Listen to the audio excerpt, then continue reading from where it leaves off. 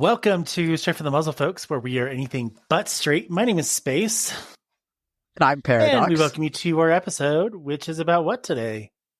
We're just going to go over some emails, catch up on some stuff. We got some great content for you all today. Lots and lots of emails. Like, I feel really bad because someone asked me in chat, they're like, who has access to the emails? And I'm like, everybody. Well, everyone does, but who is responsible for emailing back? And I was just like, me. But I have this, I just forget. I see the emails in there and I let them compile up, and then I'll do an episode like Fangasms where we do emails and stuff. But I feel bad because I haven't responded to any of these.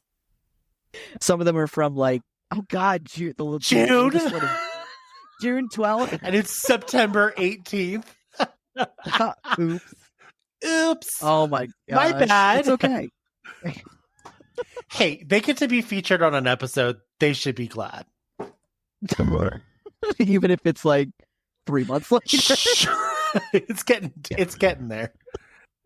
It's okay. Honestly, in our defense, some of us on the staffing team have been been going through a lot lately. For example, I actually recently had surgery. I had I want to say a partial hysterectomy. It was almost a total one. I say almost because they left one ovary, so they left a left one, but they took everything else out. So both my fallopian tubes, my right ovary is gone, and my uterus is gone, and so is my cervix. So all of that has been yeeted from my body and soul. I no longer have to worry about being preggers or having a period. Thank fucking God. Holy crap. So that's what I've been doing for the past almost month. I had surgery on the 30th of last month, and it's almost the end of September. Holy crap. It's been a hot minute. So it has been a hot minute, but I'm feeling really good. Doctor says I should be able to return to work sometime next week. Hopefully that all goes well. And then I have another follow-up appointment because I already saw her this past week. But I'll have another follow-up appointment here in the next, I think, 2 weeks or so to see if I'm cleared for everything else, as long as everything keeps going as well it has been. So hooray. That's pretty much what's going on with me. Just surgery stuff, recovering. I've been reading lots of books, playing lots of games, watching lots of YouTube, catching up on. Oh, yeah.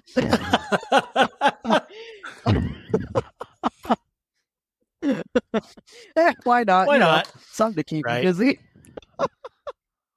Anyway, what's been going on with you? Let's update them on what's going on with you. Lots of things. Let's see. So I'd say at the beginning of August, I started getting a lot of leg pain, in my left leg. It was kind of located inner thigh. And then it kind of traveled underneath the thigh. And then it started getting progressively worse, every couple of days. And the week went on. And then it became knee pain. And then it became calf pain. And then it was a nonstop Charlie horse with muscle cramps that never went away. And it was really bad. And so it wasn't until August 21st that I got on the shuttle from a parking lot to get over to the hospital. And as I stepped onto the shuttle, I just had this sharp pain, shoot all the way up into my body. And I just sat there and I cried on the shuttle. And then I had my husband come pick me up. I had to go to ER. So essentially, I have a big ass long blood clot in my left leg. To kind of give you guys a way of visualizing how long it is, it's 1.5 Twizzlers, essentially. That's the best way I can explain it. Because Twizzlers 1.5 Twizzlers. 1.5 Twizzlers, and then their circumference of it is 2 Twizzlers stacked on top of each other. So that's a thick long ass boy. So I've been on blood thinners. And that's been fun because blood thinners help. Basically, they break down the clot, which is great. But the problem with blood thinners as well is that it can cause nosebleeds, or if you get if you hit your head, you have to go back into the hospital right away because there could be a bleed there. And the thing is, it doesn't necessarily thin out your blood, which is kind of funny that they call it that.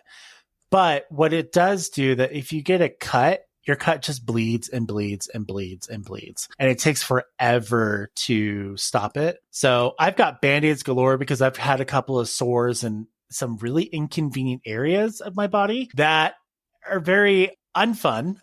I wouldn't say this situation was fun at all, I'm sorry. but I have to like keep bandages wherever I go just in case, it's just like someone's like, you should get like a maxi pad, like the stick on ones. And I'm like, that's actually not a bad idea because they like hold the flow really well. So That's not a bad yeah, idea. Get the big Mama Umakawama ones, the huge ones. so I got that. I got onto FMLA so I don't get penalized if I can't come in a certain day or if I'm late because of issues. And that's good for about 6 months to a year. So I'm good on that. Been on antibiotics, all that fun stuff. And it's just been like one thing that leads to the next, that leads to the next. So now that like I don't have much pain anymore, I have a problem with sitting. My chair at work is like super uncomfortable. So I have had to order a new one. It better be good because I'm paying $150 for it. So, whoa! But it's a big and tall chair, so it's got a fat ass cushion, which I'm excited for. Nice. Yeah. So I need to get a new computer chair for my desk that's on the other side of the apartment because it's not that great. It's not comfortable at all. I get it. I mean, I like it because it's small and it fits in the space where I have it, but it's not comfortable at all. Like I have to add a cushion and it's.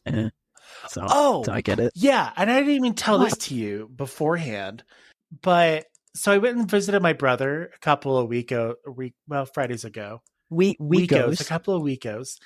And so my brother's a CNA, but he's going for his CRNA, which is basically like a certified nurse, but with the ability to do anesthesiology as well. They get paid a lot of bucks. Like he'll make a lot of money once he gets it. But he's kind of like my free doctor, like in a way. So I keep updates with him and everything. And when I was visiting, he was looking over my records with my emergency visit. And then I told him like, I've had this like swelling in my legs, like edema. Edema is when like there's extra water buildup. It's basically, I call them like elephant legs. Mine aren't like elephant legs per se. They're normal looking, but they're a little bit swollen from like the ankle up to the knee. And so I'm like, go ahead and push your finger in it. It's basically like my leg is like memory foam and it takes forever to come back. He's like, it looks like you have pitting edema. And then he's like, which could be a sign of heart failure. And I'm like, what? Oh, why? So he's like, how long has this been going on? I'm like, 3 or 4 years. I just haven't said anything. Oh my God. I know. So, oh my God, I'm going to fly to Utah and bend you over my knee. Oh my God. So I have to go get something called an echocardiogram, which takes about an hour. So I'm not sure which one they'll have because there's a variety of tests that they'll do, but that's not until November. Like all of these things that have to be done, like my doctors are way scheduled out. So I have to wait for certain things. Oh my God. But it is what it is. Stress me out. Yeah. I'm just kind of like, you know what? This is just one more problem that adds on to all the problems that I already have. And at this point, I'm beyond stressed. Oh my gosh. And that's why I always recommend therapy. Therapy does wonders, and it doesn't matter if you've been through trauma or not. Like, if you're just going through a tough time, talk to a therapist, please. Like, holy shit. Speaking of therapy, so I saw my therapist last night, and we were talking about, do you know what EMDR is? Yes, I do. My older sister also goes to therapy, and her therapist works in that area. So for those who don't know what this is, it's eye movement desensitization and reprocessing. So basically what it's doing is it's taking a memory or a feeling and it's basically just placing it in another part of the brain. So that way, the way she describes it is, imagine walking down a hallway with a bunch of pictures on the wall, but each picture is a memory. And the more painful ones you have, you should be able to look at it and walk past it and not have 100% of the stress feelings that you would get. But with EMDR, it takes like 80 to 90% of that stress away and allows you to kind of process it in a cleaner, healthier way of doing it. So I had this idea and I'm like, hey, so I was thinking next time we meet, we should do an EMDR session. She knows about like my furry podcast and all this stuff. So I told her, I'm like, what the hell? Who is calling me? I don't need CPR. Decline. I get these like really weird spam calls like all day long. So I told her, I'm like, what if I bring in my fursuit head, put it on, and then we do EMDR for my fear of fursuiting. Ooh, that's a smart idea. Yeah. And she's like, that sounds fascinating. I'm like, should we do it? And she's like, I would love to see your head. And I'm like, I will bring it then. So That's awesome. I'm excited because I want to see if this will help. No means it will be a Yeah. miracle, but it'll start the process. So Well, that's yeah, cool. That's I'm excited awesome. about that. That's pretty smart that you would think of that too. Like not just for like therapy, but like also within like a hobby too. It's like, hey, can this help me break the ice and how like my insecurities and whatnot with this particular thing? So that's Yeah, pretty because smart. like it's mostly for like trauma events, but Yeah. after like, could you also use it for other things like fears or things that stress you out? And she's like, oh yeah, it can be used along and a wide variety of things. And she says that EMDR has a high success rate. So I'm excited. Well, unfortunately, my therapist does not offer EMDR. It's just not within her skill set. I've considered it, although I'm a little afraid because I know that it can be like really intense. So like I don't know. I'm like a little tentative, but also like I love my therapist and like my therapist and I have such a great like relationship, with one another. I don't know. I just don't really want to see anybody Yeah, else. that's fair. So, I mean, she is great. Like the last time I saw her in person, we shared chicken nuggets because she ordered some. And she was like, I got chicken nuggets. I hope you don't mind. I'm like, yeah, that's fine. I'm like, I don't care. She actually like eats all the time. That's hilarious. Oh my God. And she was like, do you want a chicken nugget? I'm like, I'm not going to take your nuggets. And she's like, no, I'm sharing them with you. Take some. I'm like, okay. And it was great. So, Yeah, the lady I see, she was talking about, she's like, what do you like to eat? Like if you're at home. And I'm like, I like top ramen. And she's like, I have top ramen right now in the office. Like just like the oh my bowl. God. And then she's like, Yeah. what flavors do you like? I'm like, oh, I really love beef. And she's like, no one in the office loves beef. Hold on 1 minute. And she walks out and comes back. Oh my So I walk out gosh. with 2 bowls of ramen. She's That's so incredible. cool. She's like the coolest therapist. She's like a breath of fresh air is what she is.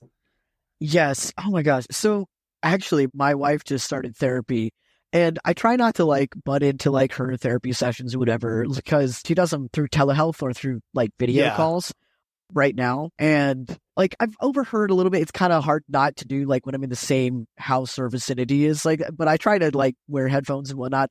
Like on the occasional things that like I overhear, her therapist seems nice, and as long as it's working for my wife and she's happy like with it and whatnot, that's great. However, it's just her tone and her cadence, like whatever. It's a little off-putting to me. Like she's a little too clinical. I'm like, nah, I need my therapist to swear at me and tell me, bitch, get your shit Right. together. Like, so, and like I said, she seems nice, but she's like, oh, how do I describe it? She's like, oh, well, with that being said, and then she like goes into like whatever, and I'm like, girl, you're too clinical for me. I feel it in my bones. It just rubs me the wrong way. But hey, if that's how you work with therapy, that's great. If that works for you, awesome. But yeah, it's not my cup of tea. I dearly love my therapist. We're cool. But yeah. Yeah, she's pretty cool. I noticed in like one session, we'll switch topics like every couple of minutes, which oddly works really well because it allows me to cover a lot of ground. When we were Yes. talking about EMDR, she was giving me these paddles because they're like little handheld paddles and they vibrate. And then there's like this light stick that you look at. I'm like, I don't know if I can focus on the lights and then also focus on your questions. She's like, that's okay. You could just use the hand ones. And so as we were talking, I put them together and I was kind of like rubbing them together. And she's like, I've got something for you. It may seem silly for you, but it'll work. And trust me. And I'm like, okay. She brings over this little velvet bag. And I'm like, what do you got? A bag of dice in there? And she's like, no. And she opens it up and she dumps out a bunch of little worry stones, like for your thumb. Oh, I love it's like worry a fidget. stones. Yeah. She's like, pick your favorite color. I'm like, oh, I love the purple one. So I got that. And she's like, what about your husband? I'm like, oh, I'll get him one too. So he has one out on the table that he uses, but oh, that's so yeah, cool. it's nice. Like that's awesome. Fidgets really do work. This kind of thing really does work because you're pushing your thumb into the stone. It's so smooth. I love it. So I love worry stones. I don't know whatever happened to mine. I'll have to get a new one. One that calls to me. That beckons. That's like, pick me. Pick me. I'm unique. Pick me. That's right. I have a weird spot on like this corner here. Oh, weird. Something like that. Anyway. Anyways, let's head over to emails. Cool. Got lots of them. Lots of them. All the way from June 12th. All the way from June 12th. It's funny because like the next one that we're going to read is from July 12th. So literally like a month later. Yeah.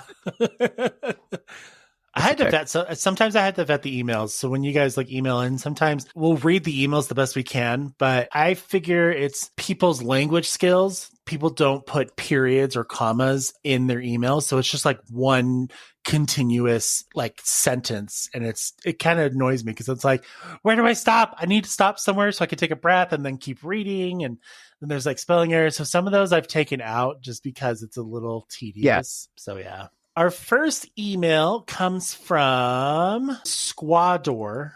Sounds like a Pokemon. Squador. Squador. It says, hi, I'm a 14-year-old Tom from the USA. I love your podcast. I wanted to tell you my story of the fandom and ask a question. I joined the fandom about 3 years ago where I had gone from disliking to loving furries within a week. The reason I joined was because I realized I had already been drawing anthropomorphic emails. Shut up. Animals.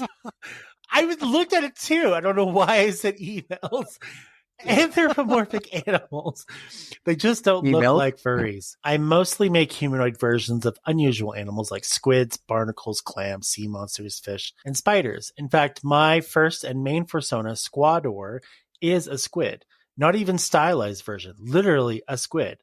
If you were to remove his clothes, he would have no body, just his legs, arms, and attached to his head like a squid, which is cute because he put a picture in there of him drawing like a little squid. It's amazing. It's really cute. What I want to know is, do you know of a fursuit maker who could make me a fursuit head for Squador, preferably cheap? So, I'm trying to think. Here's the thing. Because there's a lot of... Yeah. So there's a lot of fursuit makers out there. There are some that specialize in like arachnids. There are those who do more amphibious type of fursuits. So it's more or less you kind of got to go out there and search for them.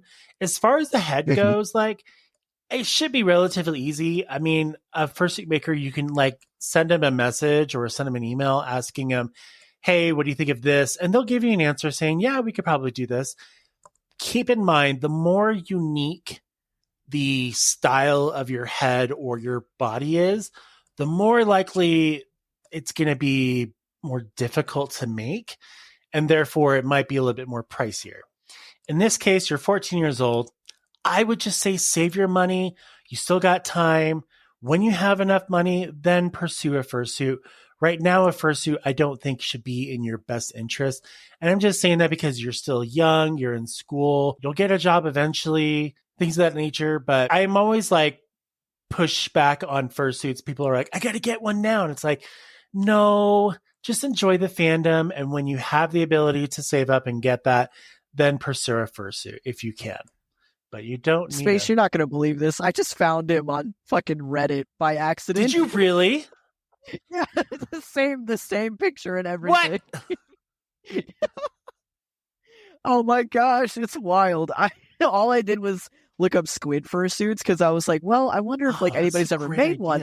And then like the third or fourth one on the Google thing was like, here's this Reddit post, and I'm like, oh my god, it's the same drawing. That's amazing. I won't. You know what? Actually, it's a little. You might be able to do this depending on your size. You will have to pay for shipping. That's for sure. But the Asian culture really specializes in a specific type of fursuit called kimonos or kenmonos, I guess. Kimono suits. Yeah, they're super adorable. But I've seen a wide variety of them where they could be anywhere from animals to more water type furries and stuff. And that could be something that goes up your alley, I guess. So actually for that type of like, I guess, head shape, so there's a technique in fursuit making called like the bucket head. And it's an older technique from like really early like fursuit head making days. And it's still widely used, but like it's, anyway, just more traditional. But like using that and expanding because of that big headpiece, just make it a little bit more floppy. And I think it would work, honestly. And I think with that shape, especially with like the eyes and the mouth and whatnot, you could probably have some pretty decent vision especially since there's no snout in the front, so there's not like that tunnel. So you could really swing this. You could even probably hand make it like yourself without even going to like a first you maker. Yeah. It might take a couple tries, but like honestly, I don't think a squid would be that It super shouldn't be that difficult. You just got to get creative. Yeah, you just got to get real creative with it. But I mean, I understand that, especially at 14, like you are, you know, you don't really have a whole lot of access to like money or supplies and whatnot. And some parents might not be super supportive. But I mean, I want to say that most parents would be supportive of like at least a little creativity because I mean, hey, at least you're not doing drugs or anything. So, I mean, hey, what that, you know, could be way worse things you'd be doing than making, you know, a costume. Just say, hey, it's a costume or something for cosplay. I just saw that Reddit one.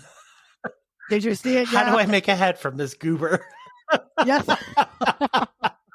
It's so great. Exactly what it is. And it's actually funny because people mentioned the bucket head type in the comments and whatnot. Somebody actually drew like a little sketch of like how they would make it. And it's kind of cool, actually. I love the furry fandom and I love how supportive people are, and especially in safe places.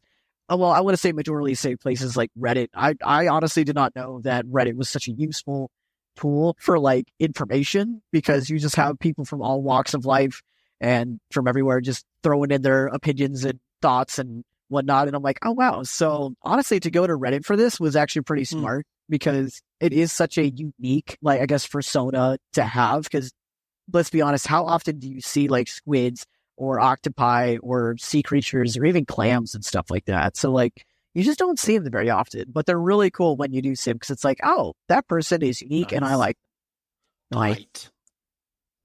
Do we want to read the PS there? Was the PS? PS was, what is your favorite web series? Oh, which I'm old, so I got to figure it out. Does, what's the spinoff of Hell of a Boss? Oh, would that count as a web series? You know what? I think I would consider like Hello Boss and Has Been to be web series. Those are definitely in my favorite. Probably one that's not super well known. I have to remember exactly what it is. I like The Bravest Warrior. That's a cute one. Is it? Yeah. Now, there is one on YouTube that has a bunch of collaborations with different artists, and it deals with a story about a young lioness, and it's called My Pride. And honestly, I need to rewatch it because I know that they've definitely put out new content for it. The episodes range anywhere from like 10 to like 15 minutes long, but it's so cool and so well done. The style of art that's used is really unique, and just this story is really incredible. Yeah, it's called My Pride. It's just about a bunch of pride lions, and then this one particular lioness is the main character, but it's really cool. There's also some LGBT like stuff in there too, which I found really neat, but that one's a lesser known one that I really enjoyed a few years ago that I need to catch up on. Cool. Okay. Let's see. Who do I call this person? Ghost.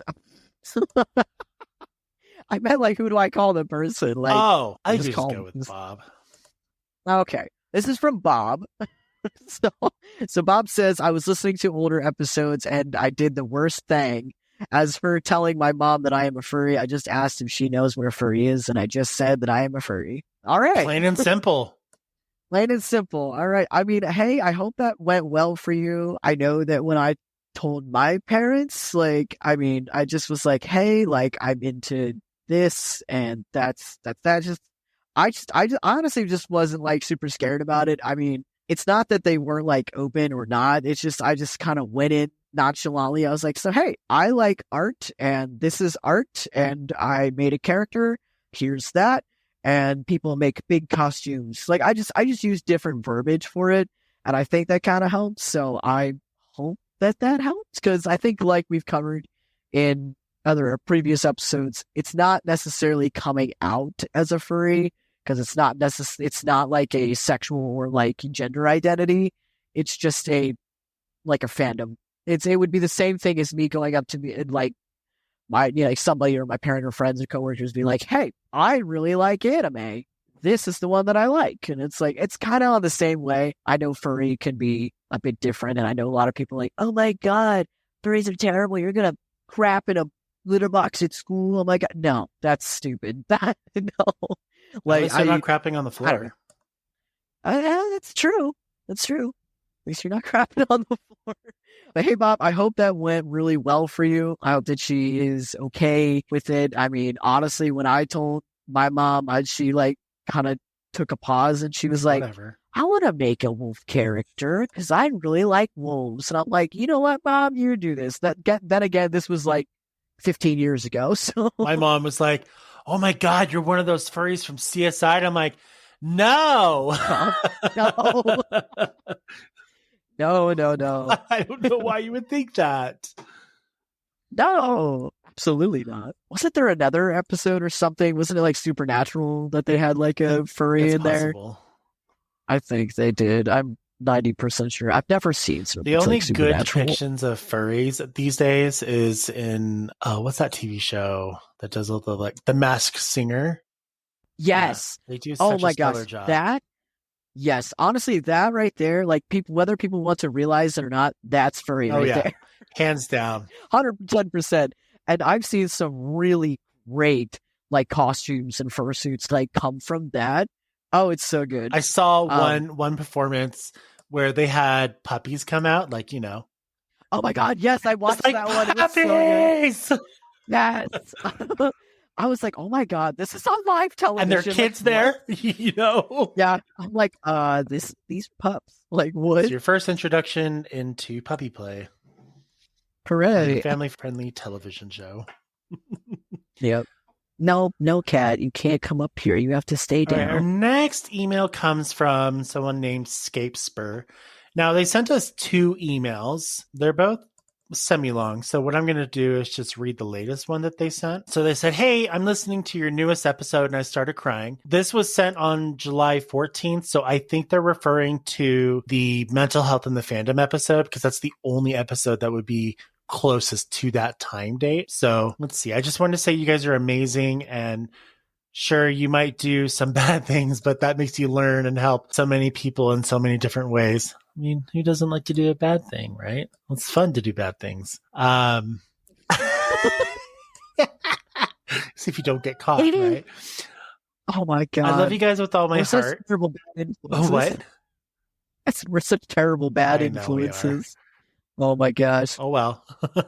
don't listen to us. I love you guys with all my heart and never think you are a burden or not helping people. And if someone's hating you, just ignore it. They'll learn that you don't care because you're happy about your living. Sorry, this has like a lot of spelling grammar issues in it. It's okay. And it's okay not to be okay. You'll get through so many things that's trying to drag you down. And then they put that they're crying when they're writing this. Oh. Paradox, I'm so sorry for what happened to you when you were younger and what's happening now. That doesn't mean I don't care about any of the other guys. I'm just putting this out there. You guys are the best. I'll cry. I can't even express how much I love you guys, and you're so funny, calm, sweet, and understanding, empathetic, and just amazing and all. Signing out, Scapespur. Oh, dude, thank you. I appreciate it. And honestly, it gets better. I know it seems like it doesn't sometimes, especially with like, for example, space was like what you're going through. It will get better. This is a huge bump in your road, but once you get over that, you're going to be okay. Oh my gosh, that's so sweet. I'm going to cry. Oh, now and then read the next email. Shed a single tear and then read the next one. You're like, okay, done for cry. All right, next one. Okay. Okay. I gotta make sure I don't get names they wrong. say their name right in the email. Like they say, I go by. Oh my God, Artie Hardy. I love your guys' names. They're so clever sometimes. So it says, hello, podcasters. I go by Artie Hardy, and I listened to your podcast for a few weeks now. It's a great listen while working at a full-time desk job. I may ask for a future podcast. Can you have an interview with a guest and talk about furry comics and or other forms of literature, novels, and short stories? My options are Braybird. Ooh, that would be a good one, but I know that they do spicy, so that might actually like be sexy comics. Good for you. Look up Braybird. Okay. Rick Griffin, or I don't know how to say. I legitimately I don't know. Wasn't sure how to say that last one. Like Greg 7G Luderman. Something like that. Yeah, it says, thanks for your continued effort in keeping the podcast going for the furry community. I have not thought of Braybird in a long time. If it's the same one I'm thinking of, hang on. Oh, nope, it's the same one. 18 plus novels. Yeah, very spicy. I have seen some of the comics in there, and they're pretty entertaining. The characters are always really well drawn. I wouldn't be opposed to doing that. I mean, I'm sorry to say it, folks, but sex sells. And truly, sex that Let's Get Naughty episode has been like flaming with views way past all the other ones. And I'm like, I actually proposed it to our team. I was like, maybe we should do more NSFW episodes. We can. Like I said, I brought up the idea to have Straight from the Muzzle After Dark. Yeah. Wait, straight into the muzzle. Oh, I like that. That could be our After Dark channel. Straight into the muzzle. I like that. That's good. Oh my gosh. This next email is so long. Oh no. But I'm going to do my best. So this next email comes from Stanley. It says, it's how do you know? I was looking at it. I thought you you just literally Stanley. Oh, that's a moth. No. Okay.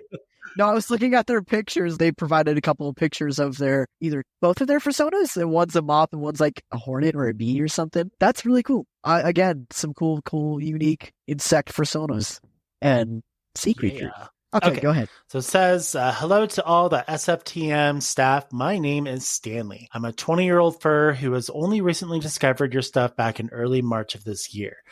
I have finally caught up with the podcast as of mid-July. Well, hopefully you've caught up further than that now. First, thank you for all the hours that you filled with great entertainment and humor. I have always listened to the podcast during my night shift hours, and they've helped me make the time go faster.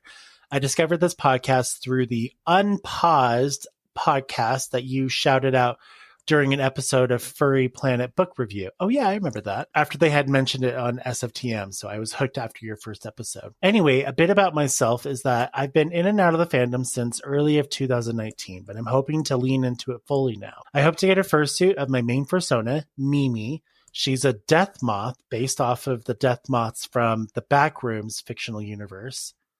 Ooh. I'm not familiar with that, but I'm sure I will.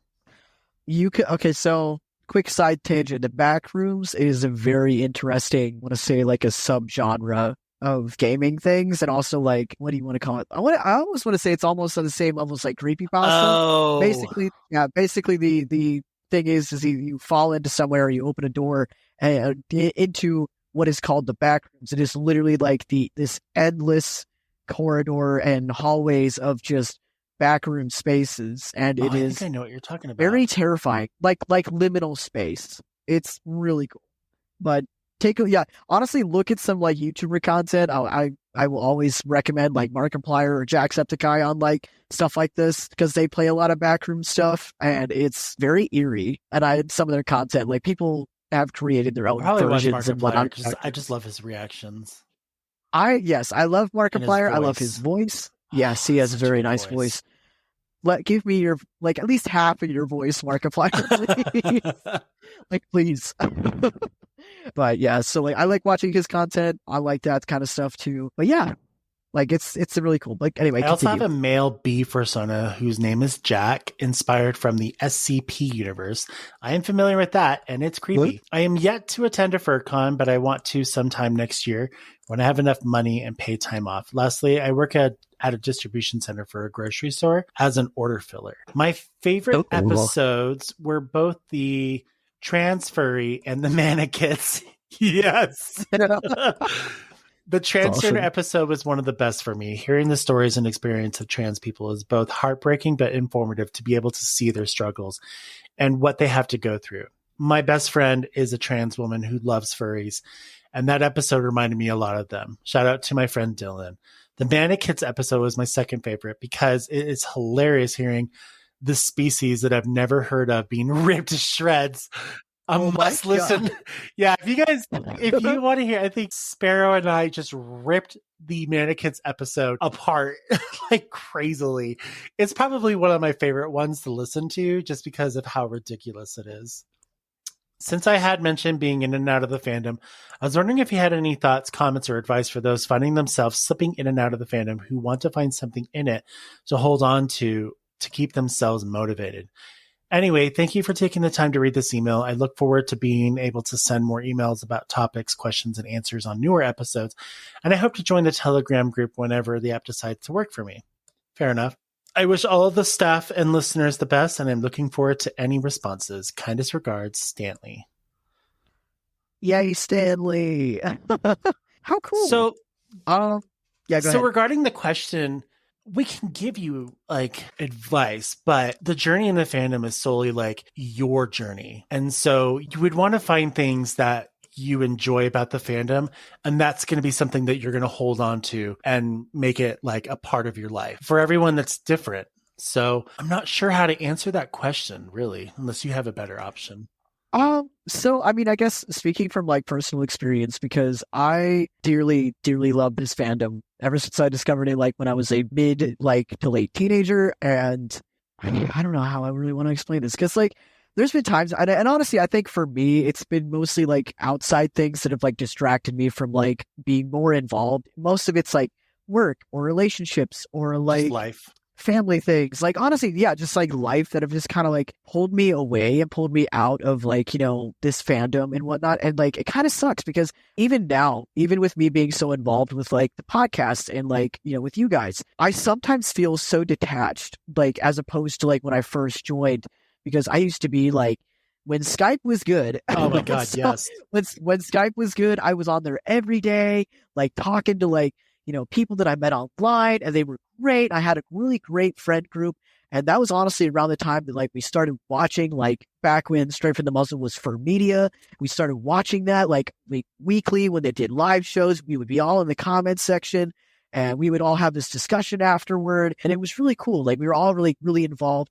I guess what's really kept me grounded to this fandom has honestly just been this podcast. This podcast is really kind of, despite me like kind of fading in and out sometimes, whether it be like outside life or work and whatever, it's always pulled me back, and it's always pulled me back to, for lack of better terms, it's always pulled me back to home. This is home for me. So like, I think once you find your place in the furry fandom, despite things like outside that kind of take you away, I guess the most important thing is to find your home. Find your home within this fandom, whether it be with podcasting, just really like-minded people, you know, friends. Some people really bond over like fursuit making or art or music. Or even dance. Fursuit dance competitions are huge. And like, that's one of the things that I've always wanted to do. One day I'll get there. I don't care if I'm like an 80-year-old man. I'm going to do it one day. But like, I guess, you know, just find your home. And no matter how long you've been gone, your friends and your family through this fandom will always welcome you back with open arms. It's okay to go in and out. I go in and out like all the time. Sometimes I actually feel uninspired to do like topics and stuff. That just happens. It's what I call burnout. You can get burnout from the fandom fairly easily, but I always come back almost stronger than the time before. So I know that you mentioned that you have a friend who's a trans woman who loves furries. Maybe that's your home. Maybe that's something you hold on to. You've got friends in the fandom. Hold on to those. I mean, because those are really unique relationships that maybe you really can't find anywhere else. This is very true. It's very true. Love the art, by the way.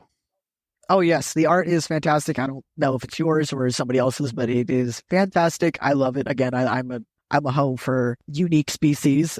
So at least you acknowledge that you're a hoe. That's all that matters. Girl, I will always acknowledge that I'm a hoe.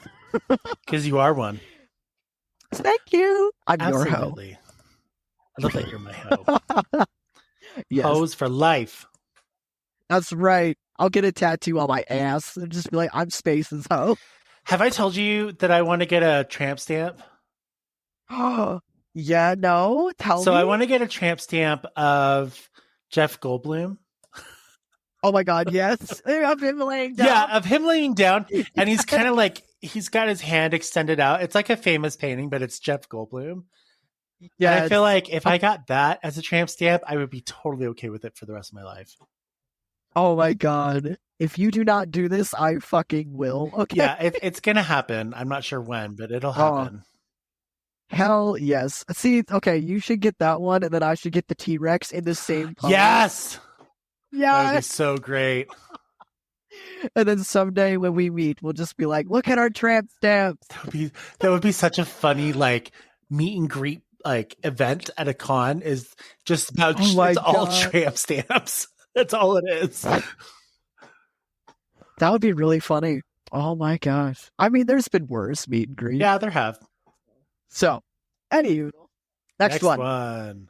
Next one. I'm trying to see if there's any preferred names in here, and I don't think they have. You know what? You could probably just call them what their email is because it's not even a name. It's just not like a real name. I like to check first just in case there's a preference. But anyway, so this is from Pixel Mouse, which is a really cool name. It says, hey, I got this episode link from a Telegram chat that I am in and just wanted to say thanks for talking about this. It says, not a lot of people in general, as well as furries, think about the need to go to therapy. Ooh, this is a therapy one. It says that the truth is people could stand to talk to a therapist for a few minutes. It says for myself, it's been an up and down struggle for many years. I've been lucky enough to find a good therapist, but the road to finding one was a long road, and I feel bad for people trying to find therapy, as many don't have the money or their health insurance doesn't cover it. This is true because America sucks. Truly. Says the therapist, I mean, I'm assuming they're from America from the lack of money and whatnot. But anyway, so therapist isn't there to judge you or tell you that you're a bad person. Part of the journey is being able to create a space that you feel comfortable with being able to talk about your feelings and the troubles that you were going through. This is very true. This is the odd thing about with fandom is the additional feeling of, oh, I'm an insert species too. And it's something I know a lot of furries have talked about with their therapist, and you should be comfortable talking about it. Now that I think about it, I don't think I've ever actually talked about the furry fandom necessarily with my therapist. I'm going to have to bring that up to her. She's probably fine. So you've never talked about the furry fandom to your therapist? I've brushed on it, but I've told her about the podcast, and I'm 90% sure she's listened to at least one or two episodes, but I don't think I've ever actually talked about it. I don't think I've talked about it in depth of what it is and whatnot. You know what? I'm going to write that down. That's what I'm going to talk to her next week about. So hey, I know that you're aware of this, this, and this. Let me tell you about it. But anyway, back to email. It says, I'm just upset that many people don't seem to know how to handle people who are depressed. And I hear too many stories after a sewer slide. We're going to just call it that because whatever. Where you hear lots of, they didn't seem like the type, or I don't understand. And yes, it's hard to notice those things, but also part of it is not a lot of people want to talk about it. Myself, I've been a lot more, this is myself. Dad, do you see this? Hang on. My brain's not computing. It says, myself, I've been a lot more option about the therapy. Open. It's supposed to be open. Oh my God, I figured it out. Okay. Myself, I've been a lot more open about the therapy that I have been going through in hopes that why are you laughing at me? It's the struggle. Dude, listen, it's this option, and I was like, I don't understand what that's supposed to mean. I was like, more option? More what? And I'm like, oh, more open. I'm like, okay. Anyway, they're just trying to say, hey, more open with seeing a therapist and thinks everybody should go see therapy. I'm in total agreement with that, and I'm moving on. Don't laugh at me. I laugh at myself. It's okay. So says you also have to know that you need to take care of yourself, as well as know that you can only do so much. This is also very true. It says, I've run into a lot of people that say to me, you seem so put together. No, I'm not. I'm a mess. It says, I look like this because I've been through many years of therapy and I know myself pretty well. And I do run into people who think I can fix them, and I just can't because I'm not a trained therapist or a medical professional. It says, don't let this hold you back either. So yes, I've been told also by many people, hey, you seem so put together, really those exact words. Or they're like, oh, well, does therapy really help? Yes, therapy does help. I am a significantly different person, I want to say 3 to 4 years ago, as opposed to now. Now I feel way more confident. Now I am more authentically me, not just because I am trans, but really honestly, because I got out of a toxic situation and I've been through therapy and have worked through my trauma and have developed coping skills and whatnot. And I'm seriously just a vastly different person now as opposed to a few years ago. Hell, even a year ago, I'm a much more different person. And that's all thanks to therapy. Therapy can work. Not all therapists are for everyone. I can't remember. I think it was either before we started recording. It might have been in between. I don't remember, but I know that I was talking about my wife's therapist and like how from the snippets that I've overheard, I don't think that my wife's therapist would work for me just because of like the tone and cadence and whatnot. She seems like a very nice person. I just don't think that she would work for me. And you know what? That is okay. If you are ever in therapy, and even if you've been to that therapist for like a month, or if it's been like a year or two, if at any point you're like, you know what, I don't see any more progress in myself, I think I need to try a different tactic and step away from maybe this therapist and maybe see a new one, that is okay. Sometimes it sucks because sometimes you can see a really great therapist and whatnot. You can make great progress and you're really connected to them. It sucks when you have to leave those really great therapists, to better yourself. But it is all more to better yourself because yourself is the most important thing in your life. Regardless of anything else, you come first. Yeah, so it's okay to quit a therapist if they're not working out for you. If they're working out for you, great. But for everybody, I highly recommend everybody see a therapist at some point in time in your life, whether you've gone through trauma or just everyday BS, because sometimes the everyday BS is what gets you the most. Therapy. Yay for therapy. Okay, your turn. Okay. Oh, this was a short one. Suck it. What's the one after yours? Oh my God, yours is... At least the one after yours looks like it's got good punctuation. Okay. Again, I think it was just like a typo and my brain died and it's okay. That's the thing though. Sometimes I'll go reading these emails and I'll get stuck and I'm like, what does it mean? And I can't get past it. And I have to like keep figuring out what it means.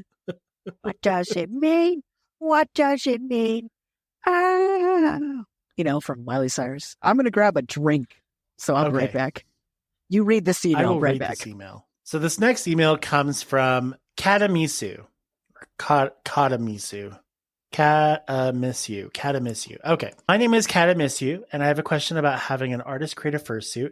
If I give the artist a little wiggle room, do you think the price would change? Sincerely, Katamisu. P.S. Keep up the amazing work. Okay, so yes and no. Typically, if you're commissioning a fursuit maker and you want to... Honestly, no, I don't think it would make a difference in price.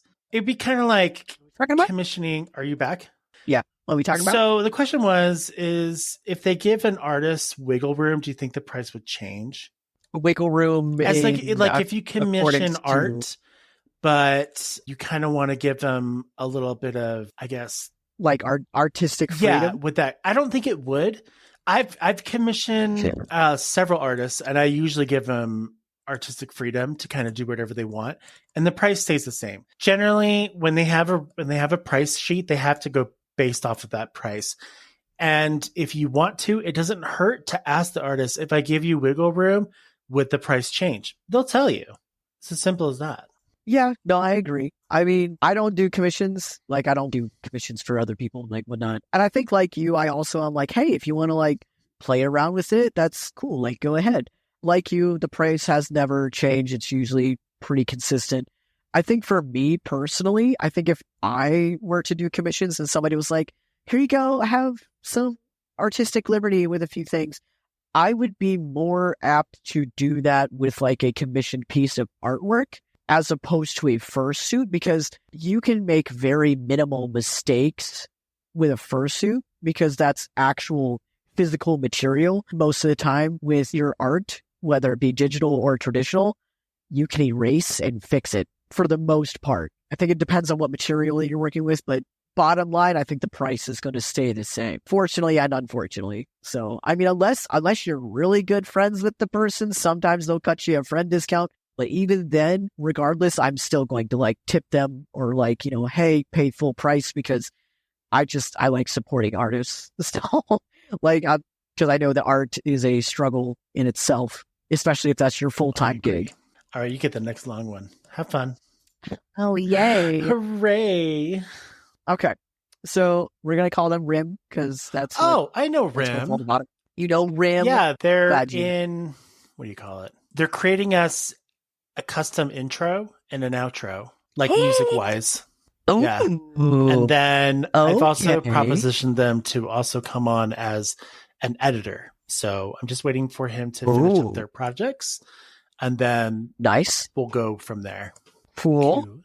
Side tangent. I am going to try and get a hold of them, but there is a furry cover band that I discovered on TikTok, and I'll have to dig through my TikTok likes and whatnot and follows and whatever and share it to you. Ooh. Because they are incredible.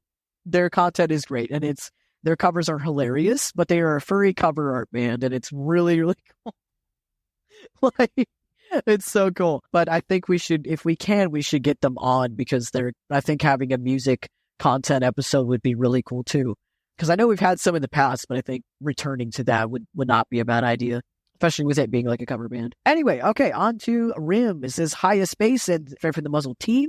It says, I came across your podcast a few months ago, and I've been really enjoying listening to your stuff. It says, I especially loved your recent episode about mental health. That one is a hot commodity. It says, and I wanted to say how much I admire and respect anyone that bravely opens up about personal matters. Huge props to you guys. Thank you. Thank you. It says, I can absolutely relate to the fear of being judged and ridiculed. I discovered the furry fandom about 5 years ago, but I kept my interest in furries hidden for so long because the fear of judgment was so crippling for me. During that time, I also went through years of harsh self-criticism, anxiety, and some depression. Thankfully, this year has been a turning point for me, and as I got my anxiety diagnosed, opened up about my sexuality, and got engaged with someone who accepts me for who I am, vice versa. Oh, congrats. Says, and now I'm working to step out of my comfort zone and be more actively involved in the furry fandom. So I wanted to say thanks to you guys for shedding a light on a subject that can be tough to talk about. And thanks for being such fun and genuine people as well. A little bit about myself. I am a huge music nerd and have been playing instruments, singing, making my own music for basically as long as I can remember. I absolutely love video game music, and I share a variety of BGM covers, or video game music covers, I'm assuming.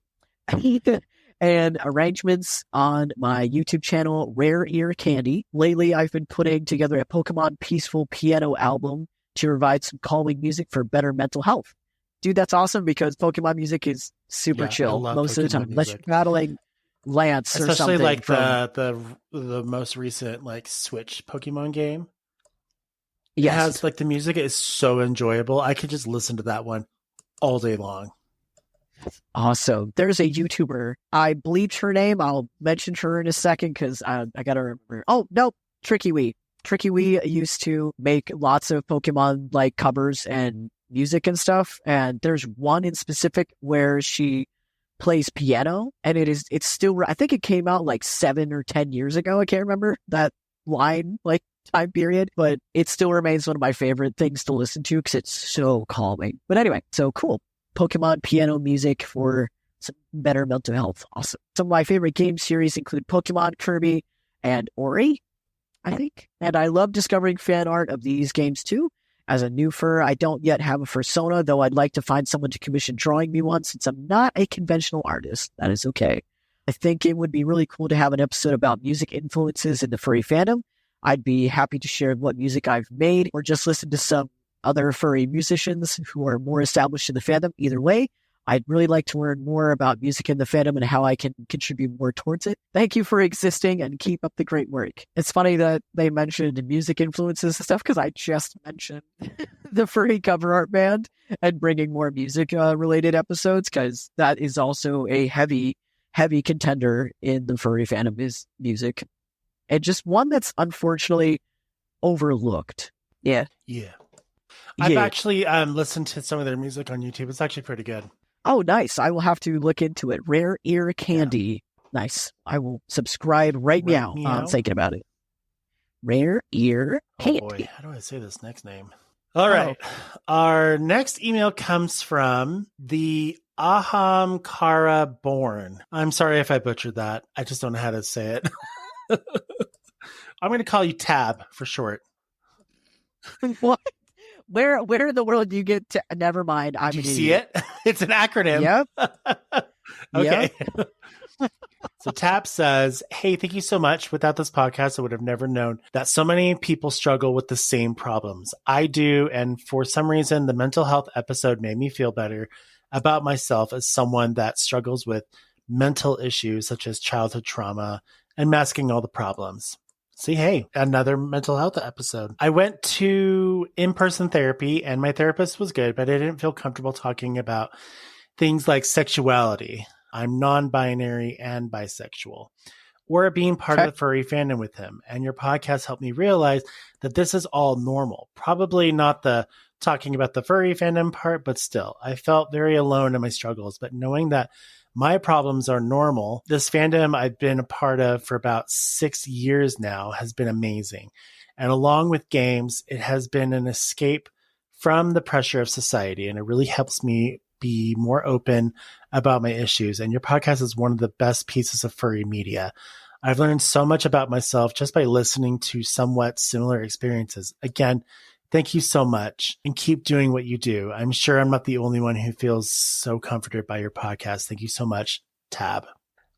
Nice. So like you mentioned before, your therapist is not there to judge you. They're there to listen to you and guide you through whatever it is that you're going through to help you feel better and take on more going forward. You can talk to your therapist specifically about sexuality. In fact, I highly recommend it because what you probably don't understand or don't realize is that your therapist actually does deal with multiple patients that have sexuality issues or have fears and things of that nature. And so they see a lot of people just like this. And so it's okay to open up and talk to them about it. But if you don't feel comfortable, that's totally fine. It's something that you have to basically be okay with. And that may take some time, or it may be something on your next therapy visit that you actually just kind of blur it out. And that's totally fine. So I'm glad that the mental health in the fandom episode really made an impact. So, I'm hoping that more episodes like that do make more good impacts. Yes. I honestly would be open to doing more occasional mental health episodes. Honestly, to even just kind of check in on everybody and then maybe even just all the fans too, because I don't know if you've ever seen I'm sure you've seen the original Blue's Clues. Yeah, yes. There's a reason why okay, well, there's a reason why I bring this up. So the original Steve, okay, fantastic guy, continues to do the Lord's work, okay? Continues to be amazing and a super genuine human being out in the world because he has a TikTok and occasionally he just pops on there and he just goes, hey, how's it going? Tell me how you're doing. What's been going on lately? And he just sits there and will look at the screen, the camera, whatever, and he'll nod and be like, oh, okay, and then at the end, he'll be like, thank you for telling me. He's like, you have a great day, whatever. And I'm like, dude, that's amazing. So I wouldn't mind doing something similar to that. Hey, how is everyone doing? Hopefully it doesn't turn out to be the one meme or instance where Elmo on Twitter tweeted out, hey guys, how's everybody feeling? And then everybody bombarded Elmo with it's been rough, Elmo. Shit's been rough. And then the next day he's like, dang, I didn't know everybody felt that way. So, but I would not be opposed to more mental health related episodes. It is a heavy topic. It's funny that we talk about therapy recently. In my most recent session with my therapist, we have discovered the couple topics that really get me going is boiled down to 3 or 4 topics. So unfortunately, politics will get me going. Not that I'm proud of that because I genuinely don't like politics, but because I am gay and trans, I have to advocate for myself and be involved in politics. So that's one that will get me going. LGBTQ plus, community stuff, that will always get me going. And religion will always get me going too, because there's just so much BS with that. And honestly, just general mental health and psychology things. I think those 4 things will those big hitters will always get me kicking and going for conversation. So I'm all for mental health retouching on. Important. It is muy importante. Muy importante. Oh, this next person. Oh, I like this person's name. Is it a thing though? I feel like it's a thing. Let me look this up. What's the thing? A legendary people of the sea having human head, trunk, and arms of a tail of a fish. Oh, okay. So it's like mermaids. Mermaids. Murph. Mermaids? Well, I guess Mermaid. mermaids would be the Mormons. male equivalent to a mermaid. Oh my goodness. Oh man. Well, if you like that wordplay, in the last episode, I was recording with Kira and we had to do a pickle, but she's like, I'll be right back. So let's do a quickle. Oh, and I'm no. like, oh my God, quickles. That's amazing. So that might be the new pickle is a quickle. A quickle. Well, if it's a pickle, maybe it's a longer, but if it's a Then quickle, it's maybe it's shorter. like Yeah, shorter. possibly. I would be, okay, a side tangent, but my brain is terrible. What if like somebody's like in the bedroom and they've never been with this person before and they're like, oh my God, it's not a pickle, it's a quickle. And they'll be like, what the What's fuck a is quickle? that? It's a quickle. Like, well, you know, it's small. Get it in there and pop back out. We're done. People are going to learn so much on this episode. Oh man. Anyway, so the next one, it says, hey, you can call me Merfolk, which is really cool. It says, I am younger, so I'm just not going to include their email and stuff like that, so, which we're not going to include your email anyway. Yeah, anyway, so Merfolk says, I want to thank you all for helping me get through some bad days at school. It says, you guys make me smile, and I just want to let you know that I appreciate you guys. It says, I enjoy hearing Space, Paradox, Ruby. Sorry if I misspelled their names. I just wanted to say, y'all are cool, and have a great day, and see ya. Well, I think you're cool because your name that you chose is Damn right dope, we're cool. and I'm glad you enjoyed the episodes, and yeah. I think you're cooler. So More cool. So cool. You're so cool that the iceberg that hit the Titanic puts that one to shame. Say this person's name. Feluxia. I don't know. Feluxia? I don't know. It probably Felucia.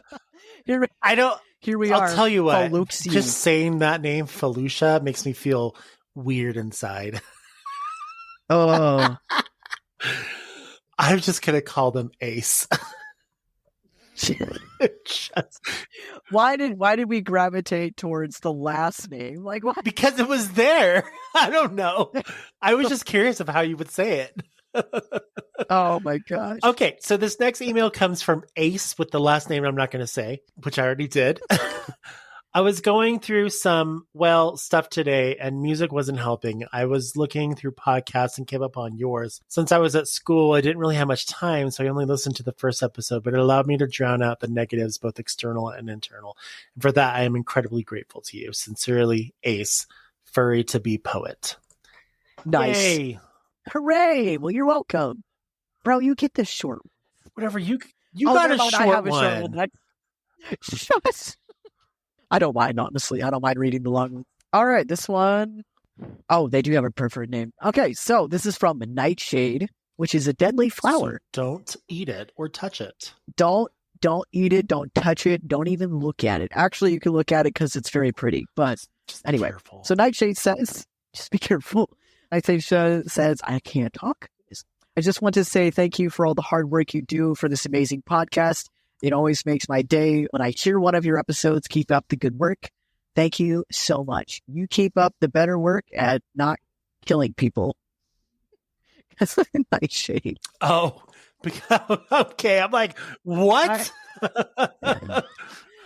Come on, Space. I'm spacing out, man. It's okay. We all space out occasionally. Oh, did you get the last one? It's the last one. Oh. It's about yeens. Oh. I do love yeets. Okay, so my last email comes from, I think that's their real name. So I'm going to say Furry X because I don't have a name in here that I can use. They are also a minor. They're also a minor. So, hi, I'm a young furry. I'm 14 and I'm in 9th grade. I joined the fandom and embraced it about 2 months ago. I've always felt I was a part of it when I saw it in 6th grade on YouTube. My persona is a hyena because I have asthma. And when I laugh, it sounds like a dying hyena. That's awesome. I don't have a name for it, though. You can give me name ideas if you want. I stumbled upon your podcast on Spotify and I was hooked on it. And when I heard you were from Utah, I flipped out. I think I might be gay, but I don't want to tell anybody. It would be so cool to hear this on the podcast. Sorry if it was long. Have a good day. And then they also followed up with saying, sorry if it was hard to understand ninth grade writing. Actually, that's pretty good. Dude, that's better than a lot of them. Yeah, you're like miles ahead from other young furries that email us. So don't worry about that. I have a name suggestion already. So since your hyena since you yourself have asthma, you can call your hyena miasma or miasma. Oh, that's cute. Yeah. Let me see if I can find asthma synonyms. Asthma synonyms. Synonyms. No. Miasma or miasma is actually like a magical thing. Thesaurus. That's what I was thinking of. Thesaurus. Thesaurus.com. And type spelled M-I-A-S-M-A. Asthma. Listen, you got that asthma. That asthma. You got that asthma. Asthma. Asthma. Okay. No, this is not giving me what I want. I don't know. I don't have a wheeze would be a cool one.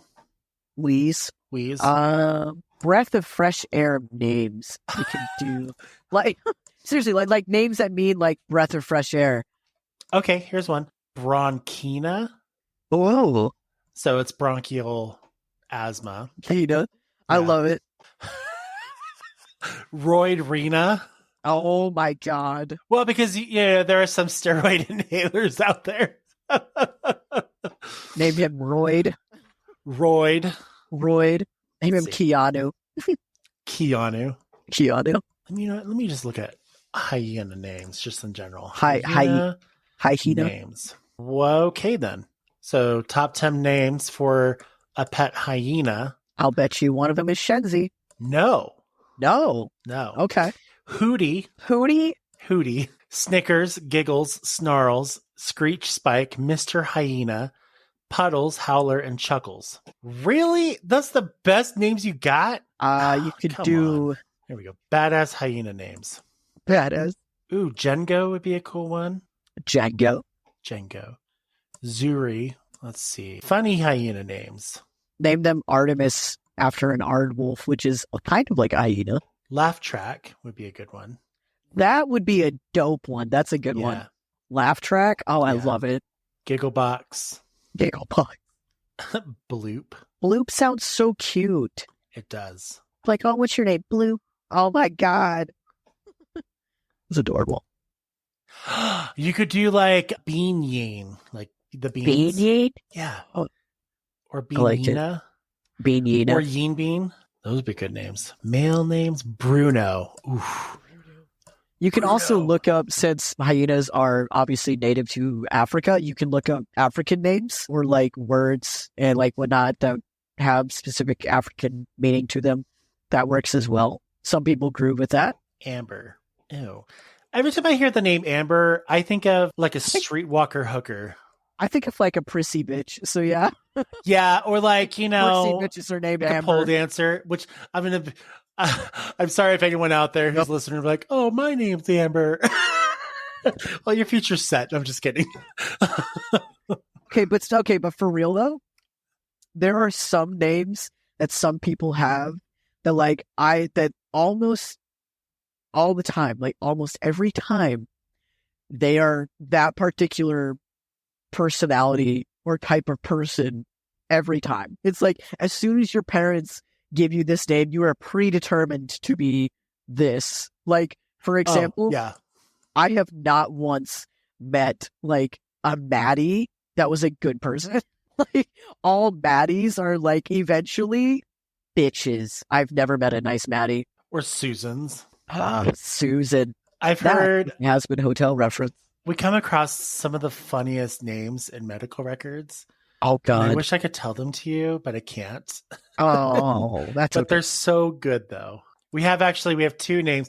I came across one today, and I told it to my coworker, and she's like, "I think that might be right up there with that other name." Oh no! Yes. So, well, those are all the emails that we have. Yeah, I'm sure there's more to come. We'll do another fall edition. As usual, you guys can send us emails if you want more direct contact with us and you don't want to wait. You can always join our Telegram group. The link's in the description below. I'm also toying with the idea of doing... Buzzsprout has offered a thing for us where we can do fan emails or fan mails straight from the podcast itself. So you don't even have to send an email. You'll just fill out a little message and then boop, it sends it to us. Oh, So that's cool. it's free, which I'm always excited for. Hooray. So hooray. Hooray. So there's that. Hooray. Hooray. Hooray. I'm Patrick. Hooray. You find us on Twitter @From the Muzzle. And then, yeah, that's pretty much it. Nice, nice. Do we have anything planned for Halloween? Not yet. Not yet. Okay. We might have to do something, maybe. I don't know. I just feel like we do like stuff for like all the major, obviously like holidays within the next 3 months that are coming up. You know, True. We have Halloween, Thanksgiving, Christmas that's coming up, which, oh my God, I can't believe that we're at the tail end of this year already.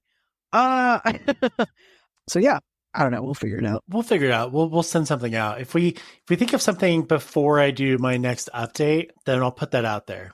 So, Cool.